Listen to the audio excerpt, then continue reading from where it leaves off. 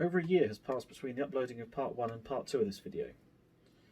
Around the time I made the first video, I was extremely busy training to be a history teacher, and sadly didn't have time to edit and upload the second half.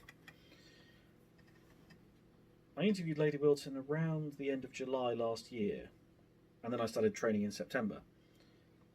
The last email I had from her was on the 18th of October, sent from her iPad.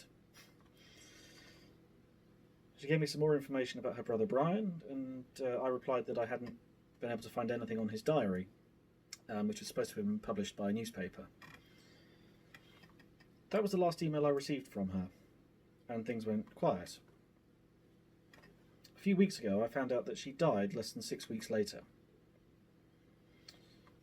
I consider it a great privilege that she allowed me into her home as a complete stranger to interview her as a witness to one of Britain's darkest hours and her brave family who served all over the world. I like to think that she's been reunited with her brother Bryan, whom she lost 80 years ago, fighting in one of the major turning points of the worst war in human history. Here's the other half of the interview. So your brother Derek, yeah, from what I've read, his Roger, the man who went to see him, has put up his military history, and he's sounds like a bit of a character. Very much so. Yeah, I gathered. Yeah. He joined the army just after Bryan was killed. Yes. He was made an officer quite quickly. Yeah. And I think that he ended the war as an acting captain. Yes. I believe. Mm. Then he left the army shortly after the war and rejoined 3 years later. In the ranks. In the ranks. Yes. And seemed to go up and down the ranks. Yeah. Quite a lot. Quite right. He used to drink in bouts. Right. So that didn't go down terribly well. No. Some of the stuff I've read, I was brushing up this morning. Yeah, he applied for the Gurkhas. He learnt Urdu. Yes, he did. Learnt Hebrew. Yep. I mean, see, he was pretty reluctant. Not reluctant, but lazy when it came to learning Hebrew because he was having a good time in London. Right. That's where he learnt Hebrew. Okay. Urdu, he started in here. No, he did it all in India. Yes. He was shipped off to India quite soon after he and he was qualified. He applied for the Gurkhas and they put him in a cavalry regiment and decided that he was better suited to infantry, apparently. Yeah. From what I've read. I don't think he liked being shot in tanks. No, I can imagine not. Then 1950, he did the parachute course. Yeah. And then went into, was it 21 SAS and then later 22 SAS? I believe so. So he was pretty tough then. He's very tough. He liked to drink and he liked to fight. Yes, exactly. Very Irish. Yes. So your father was English. Yes. And your mother was Irish. Yes. Okay, so that's where the connection. So did Bryan speak with an Irish accent? No, not at all. No, because he was about 3 when my you moved mother over. didn't. Okay. That's I interesting. suppose if she had an accent, he might. I might because I had an Irish nanny. Okay. But after that, we only went there on holidays. Because it was after the change over. Was your father was he posted there or? He was sent there. He was sent there, yeah. Yeah, he led his soldiers out onto the shore, wherever it was they were landing. And he was very short. And one of these old Irish ladies said, "I shall look what they sent to quell the riots." Looking at him, he said, "Pull myself up to my good 5'4". He was very amusing about his army time during the war as well. He was one of those that always made a good story out of whatever he was telling you. Yeah. And I think the thing I remember most was when he said he had the best Christmas because they had cleared out a pigsty, which was brick built. They cleared that out and they were able to move in there over Christmas. And it was the most protected place they'd been in. Nobody wanted to bomb the pigsty. Wonderful thought. It's interesting. Presumably they were sent over because of the Easter Rising in 16. Yes. That sort of period. That's right. But your father met your mother in church while over there. That's an interesting. Yes, down in Cork. Yeah. Kinsale, in fact, I think. Yes. That's an interesting one. I've got my great grandfather on my mum's side was Irish. Very young at the time of the Easter Rising. Where was he living? I can't remember now. Okay. We've tried to trace him. He's a bit sketchy, his history.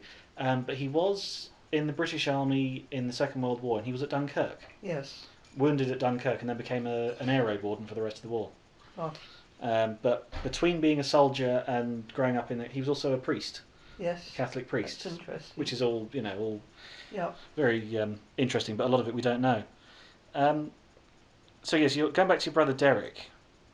Interesting, he failed to attend parade once in 1960. He was declined promotion to Lance Corporal for an offence in Lippstadt. Yep, apparently, 1959. It never involved other people, unless they were drinking with him, I suppose. Quite. Well, there is one apparently he was objectionable. Yes. Objectionable, yes, that's the word. To a military policeman in 1961, which he was reprimanded a week later for. He did serve in Jebel Akbar. Yes. In 58. In Muscat. Yes. And Oman. Yes. Mm-hmm. It's an interesting. I think the way that started is Roger, the man who found out about Derek. I think he came across his medals. Did he? Somewhere. Oh. And wondered how somebody had a set of medals that went from the Second World War right up to about 1960. Yeah. And the rest is history. He was. At one point, your brother was fined £10 in 1967 for a misdemeanor going AWOL. Yeah. Finally made the rank of sergeant and was discharged in 69. Jolly good. He made it back to sergeant.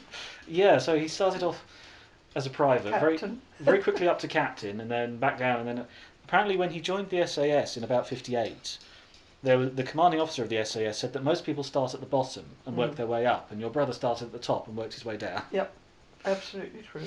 So he lived in the West Country, I gather, at one point. We did. You all did? No, my husband and I moved there after John retired. Right. And this is one thing I was interested. I was reading your husband's obituary in the Times this morning. Yeah. He was awarded his military cross in Italy. Yes, it was in the River Po. River Po, okay. Yeah, I think he was probably the only officer left alive at that particular point. Oh wow. That was particularly bad. He was very young. He was quite lucky then. Yeah, he was a second lieutenant when he had to take charge. Only that whatever group was there, I have no idea. He didn't talk about that very much at all. No, well, a lot of them didn't want to. No. I'm afraid I don't know much about the Italian campaign. Mine's mostly northern France and bits of Africa. But was he in Africa as well? Yep. I believe. Yes, he was. And he left in 47. Yes. And joined the diplomatic service. Yes. And learnt Arabic. Soon afterwards, and he was all over the place. Mostly in the Middle East. Yeah. Did you refer to him as Arthur or John? John. John. Always. I wondered because he's written down as Arthur or John. There was also apparently in his obituary he said he was nearly killed by a mule.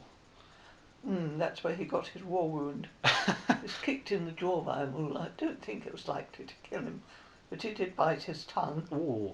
They were in the desert, wherever it was, and he had to cover his face with a cloth or something while he was taken to hospital to have it seen to, because he couldn't shut his mouth because his tongue was so swollen. Oh wow! I mean, I've been headbutted by a horse on the nose, but I've never been kicked. Nasty. I've never been kicked by one. That's even all sorts of problems with that. These mules can kick in any direction. Yes. Apparently, according to the obituary, that was done in Italy as well, but unrelated to his military cross. Must have been just dusty. Yes. So his war wound was being kicked by a mule. That's a good one. It is, isn't it? He spent 2 years in Austria and learnt German. Apparently. Oh yes. Yeah. And that's where he got the idea of going in the diplomatic service. Okay. Because he wouldn't have thought of it. He was very academic, so he thought of something on academic lines, I think. Yeah. It's interesting because he did history at university, didn't he? Yes. And then went into government. Diplomatic service and Yes. civil service. I thought it was interesting because I did politics and philosophy at university, and I'm going into Yeah. history. Yes. It's Well, funny, that's interesting. funny how that happens, isn't it? I think he would have been happy with history. He was very happy with what he was doing. Mm. So he joined the Foreign Service, learned Arabic, and he was the first in the first intake of students at the school in Shemlan. In Shemlan, yes, in Lebanon. Yeah. And that was, before that they'd been in Jerusalem. Okay. And they moved to Shemlan, where one of the local landowners had the school built and a house for the director up on the hillside in Shemlan. Mm. It was about 20 miles from Beirut Mm. and looked out over the sea. Okay. It was a fantastic place. I didn't go there when he was a student, but then he was later made director, Yes. and that's when I was there with the children. Where did you meet him then? He first saw me when I was about a week old. Oh. Our mothers knew each other. And he was. He was 6. He was brought to see me Right. in the hospital, or he was trailed along with his mother, I suppose. So you really knew each other for ages, Only forever. we didn't know each other after that. Oh no, you didn't. Not Okay. till I was about 17.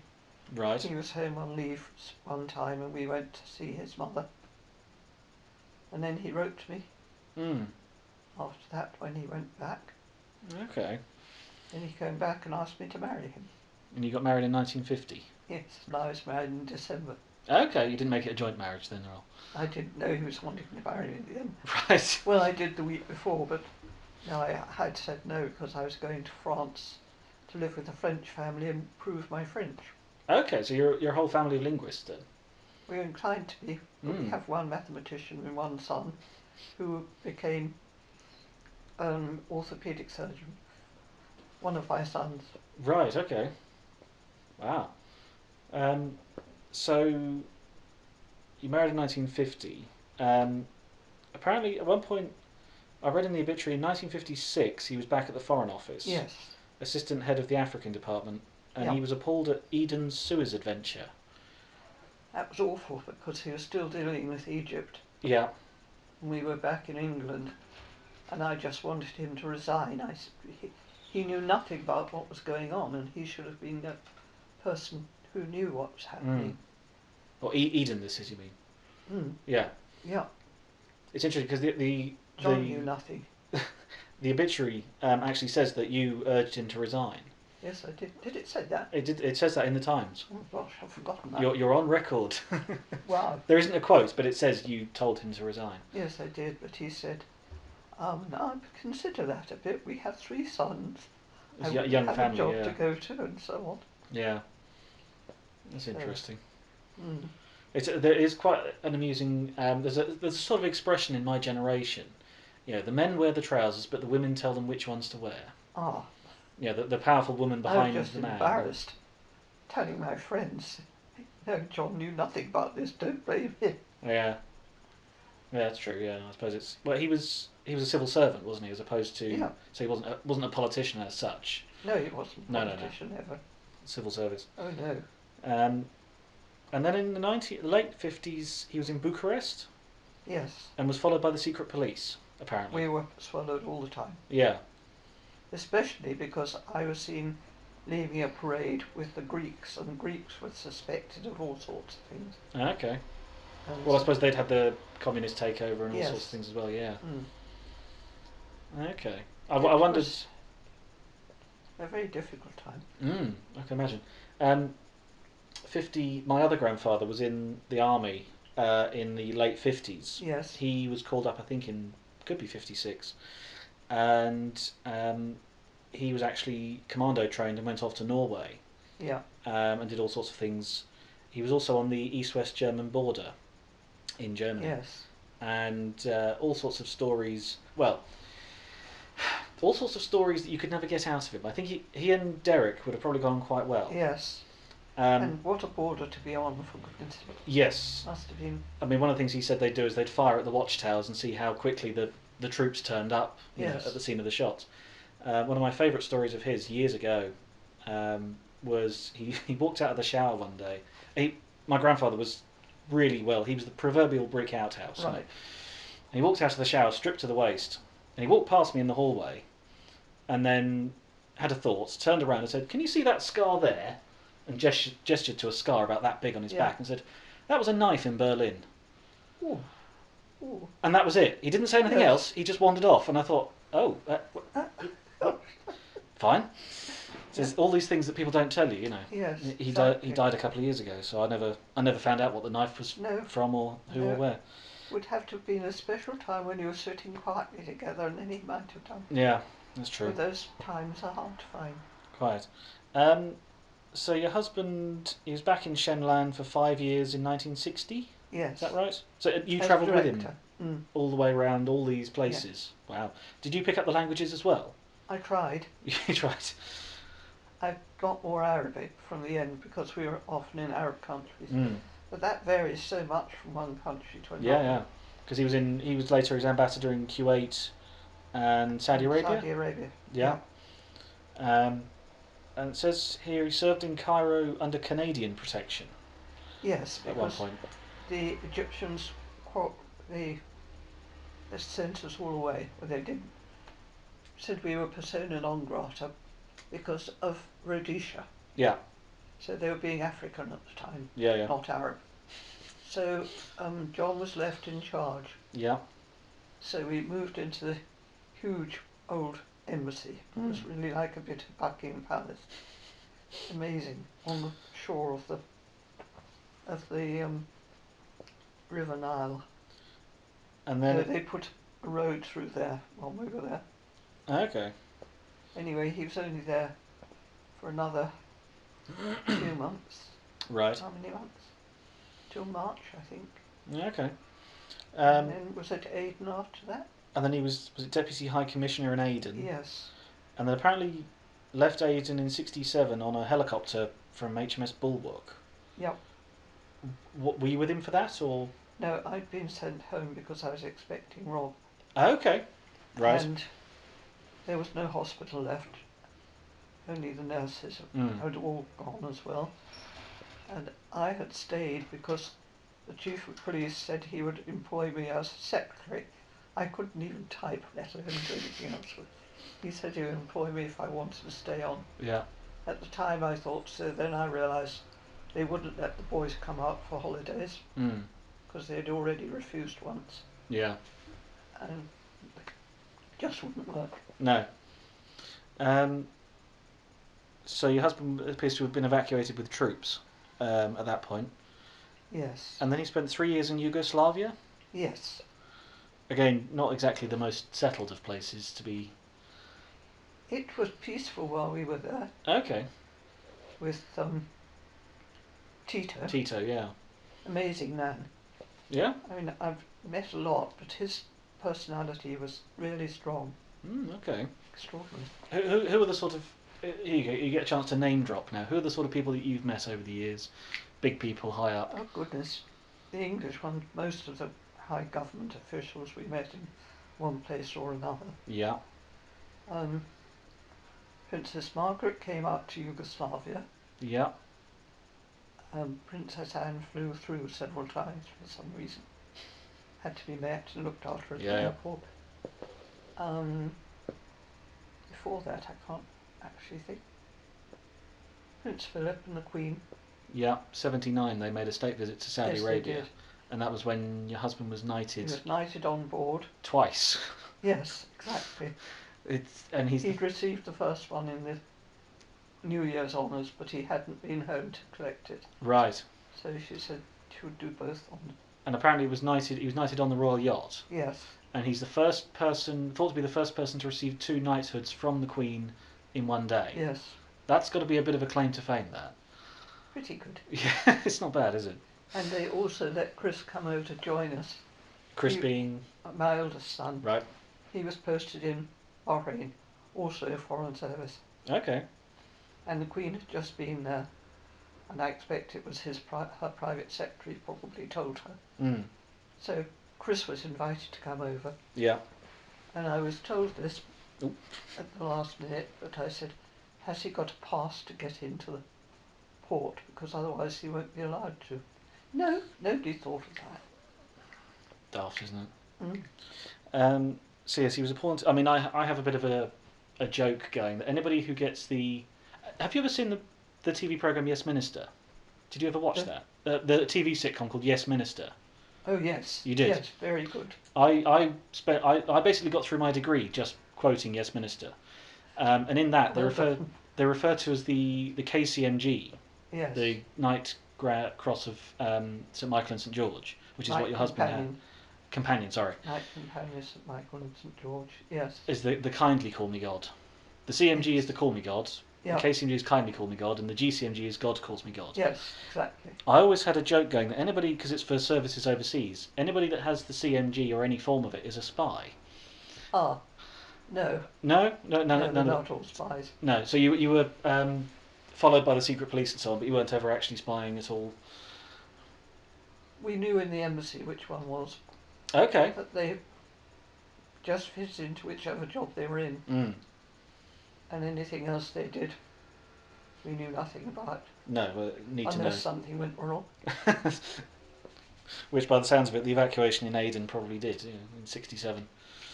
And also the Victorian Order was the one that got me as well, because that's for services directly to the Queen, yes, to the monarch. But that was because he was ambassador during the state visits.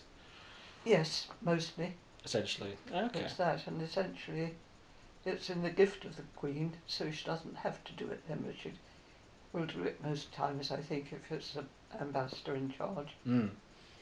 Because I mean, I'm researching all sorts of things at the moment. One of which is the speech therapist to the Queen's father, Lionel Logue. He was awarded the Victorian Order as well. Yeah. As David Attenborough has been as well. Good.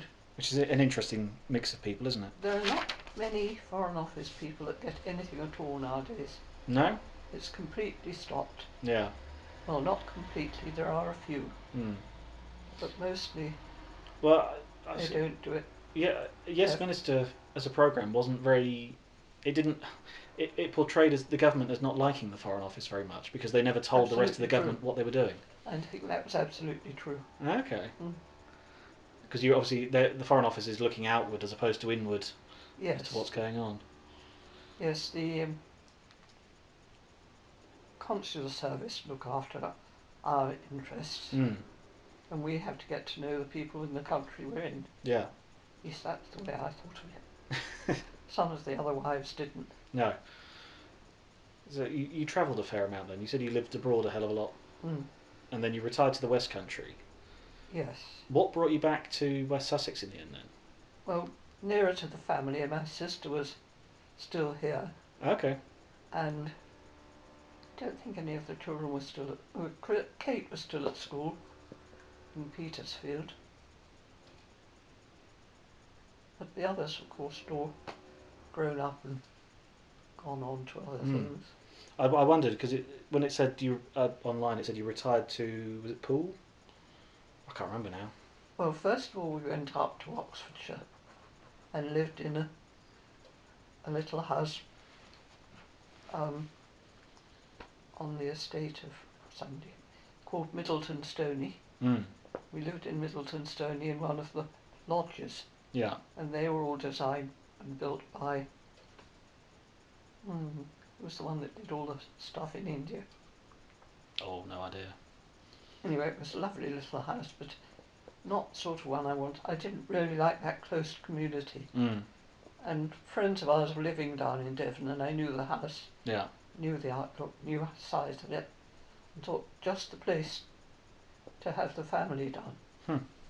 So I decided this was a good idea, and my friend and her husband were coming to stay that weekend. It's a long story. Might want to cut it out anyway. That's right, you carry on. But so when they arrived, I said, what do you want to get for the house? What are you asking for the house? And I asked Rodney what the rates and things were, and it was all very reasonable. A nice large house, very pretty. Anyway, my husband wasn't there at the time, so it wasn't till their daughter phoned up, she lived in the house at the time, to say that somebody else wanted to buy it, and they wanted to buy it then and there. And so, did Auntie Maureen really want it? So Auntie Maureen said she did, then told her husband. I asked him what he wanted to do about it. Right. He said, it doesn't really matter where we live because our friends are all scattered about, Yeah. so they will come if they want to see it. So he agreed that he liked the house. It was in a village street and you could step out onto the pavement at the front and fields at the back. It's lovely. It suited us both. Yeah. So that's what we had, and we lived there for 20 years. Blimey. And then came back here. Okay. Because online it says he fully retired when he was 65. And you went... Did you go to the West Country then? He went to work to run London House. Yeah. That was in 79. 79. End of yes. 79. He spent 7 years running the London House for overseas graduates. Yeah. And was also chairman of the Arab British Centre. Yes. Apparently. Mm. And various other things. And then later became, was it president of the English Speaking Union? Down in Plymouth. Yeah. Yeah. And then he was a school governor and church warden. Yes. Is it that? And then it's and then 2011 he died aged 89. That's a hell of a life. It's a good life. It's a good life, well travelled. Yes. So I don't know. Going back to Bryan, which is the whole reason we started the conversation. Have you seen any, for example, online? You can find things like his after-action combat reports. Have you seen any of these? I don't think so. I haven't. Okay. I don't keep up with Most of them online. I was amazed when I found them. This was dated. This one, for example, is 24th of August 1940. Yeah. Squadron ordered to patrol over west end of Isle of Wight at 10,000 feet. Blue section sighted enemy aircraft at about 19,000 feet, and I observed an ME-109 breakaway from other enemy aircraft. I followed him and saw him dive vertically into the sea about 7 miles south of the Isle of Wight. Right. Signed JRB Yes. Meaker. And they go on, and it's all much the same. And then, where is it? That one. It's a bit of a scrawl. I don't know how well you can read your brother's writing. I try. You're probably better suited to reading it than I am. Now that's 1940. Yes. Yeah. It's dated the 27th of the 9th. Yes, it is. So he indeed. wrote that Before he was shot down. the morning he died, Yep. which is what made me think he died in the afternoon, because Yes. How would he have got this written down? but that engagement was about 9 o'clock in the morning, so he could have easily landed again and then gone up again. He could. They And were you said doing that. it was about 11 o'clock. I thought so. So it could well be he could have been on the second sortie, because one of the accounts I read said that there was an incident was reported at about 11:15, Right. but then others said it was 3 o'clock in the afternoon. So I didn't know which to believe, Well, I think it was the morning. So there you go.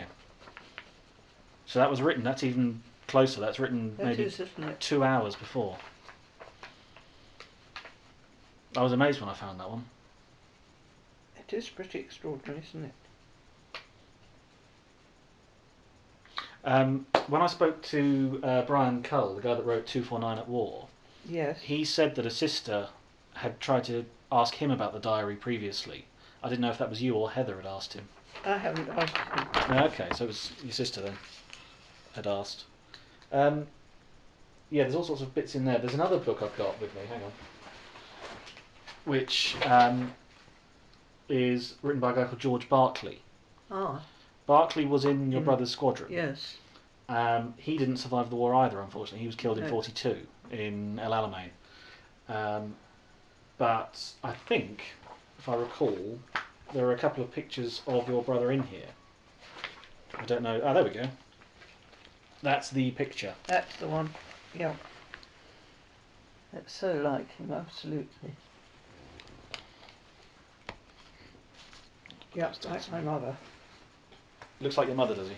Yes, long chin. Long chin. Okay, so I've that's got long chin, or had. Percy Burton, Yes, who was this is Bryan. yes, Yeah, and Percy was killed the same morning. yes. East Sussex, yeah. within hours of each other. There's another picture. I don't know if it's in this one or not. I can't remember. I should have marked these You before. seem to have quite a lot of books and things. Well, this is I'm about to become a history teacher, or trained to become a history teacher. So I love all this. Yeah. You saw the magazine. There was a magazine over there that. Battle of Britain, yes. Yeah. Where are we? There must be a picture here somewhere. There's at least one other picture of your brother in here. Good. If I can find it. The ones in 249 are not very clear, not very No. clear of Bryan at all. No. Where are we? A lot of people were annoyed because Burton, Percy, was recommended for the Victoria Cross. Yeah. But because one of 249 had been awarded it just before, Burton didn't get it, and even Tom Neal, another pilot, he was bitter about it well up until he died last year. Was he? Yeah. Yes. I don't know if you know how well you know. It was the 25th of September. Your brother and Tom Neal were told they were both going to be awarded the Distinguished Flying Cross. He did know beforehand, yes. Yes. So my father had it put in on his uniform in the photograph that we had. Right, okay. Okay. One Derek had, I think. Yeah. But then, of course, he was killed 2 days later. Mm. And you just think, oh, it's... I mean, Tom died last year, aged 98. You think, it's just, oh... Yeah. Survived all that time, and then... Yes, it is. An awful long time to carry all that with you. But yes, it's... where are we? Must be in the other one. They were so young. Did you... Well, daft question. Did Bryan smoke a pipe? Possibly. Yeah, he quite might well. Might know, because a lot of the guys in the squadron... My father did. Yeah. A lot of the guys in the squadron did smoke. Yeah. But there's a picture in one of these books where your brother is sat with the other pilots, and they're all smoking, but he's not smoking. He's got a tent peg mallet. Ah. Well, I don't honestly know whether he did or not. Ah, there we go. I don't remember. This is the one in the 249. It's that picture there. Oh, yes. Supposedly that's your brother there. I think that's the only one it could be. With they're all smoking, and then he's got a tent mallet. Yes, yes, you're right. That's him. So he had a bit of a sense of humour then. Oh, yes, very much so. And he met the Duke of Kent. Duke of Kent came to visit, I think, in August that year. Yep. Visited them. And he too died in a plane crash later that year. A couple of years later. Yes. And there's another one of your brother. Again, I think these are all posed shots for the newspapers. But there's that one there, I gather. Yes, that's quite clear of him. Yep. Mm. Yep. But those are about all the pictures I've been able to find. Yes. And I don't think I've got any because I've given my big album to my third son because he said he'd get it properly bound because it's not very strong now. No. It's just so full. Yeah. Got my grandparents and my parents and all the way down. Yeah. It's been an experience researching the family. It's you've all had you've all done quite a lot. Yes. Yes, I suppose we have. Fighter ace, and your husband was knighted twice, and Derek was in the special forces. Yes. I just find it all fascinating. Well, thank you for that. I'm glad we have. I'm glad I asked you to come. It's been an experience. I'll turn this off now.